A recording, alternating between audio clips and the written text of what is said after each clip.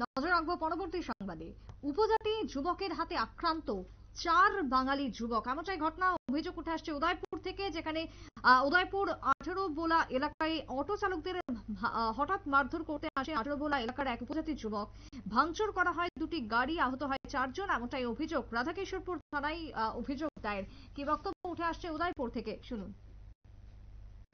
আমরা জামতলা 18 বোলা লাইনের আমরা সমস্ত শ্রমিক, আমরা 18 বোলা রোডে আমরা গাড়ি চালাই।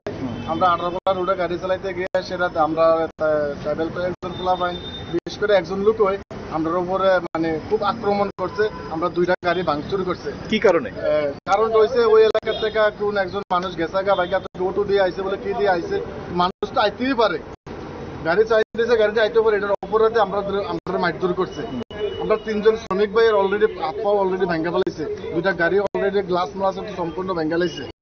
আমরা অপরাধ কি, আমরা বিনা অপরাধে আজকে আমরার উপরে এভাবে আক্রমণ, এই কারণে আমরা আজকে থানাতে আইছি।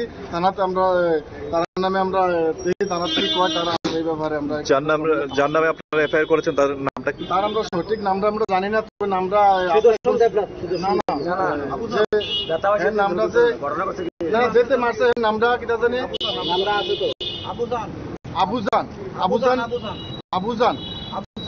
আবুজান হিসাবে পরিচিত 18 বোলার এর নাম।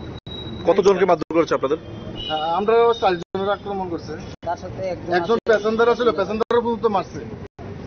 আন্দোলনের আপনারা শুনলেন অভিযোগ, দুষ্কৃতীদের দ্বারা আক্রান্ত হয়েছে 4 যুবক, এমনটাই অভিযোগ উঠে আসছে উদয়পুরের 18 বোলা থেকে।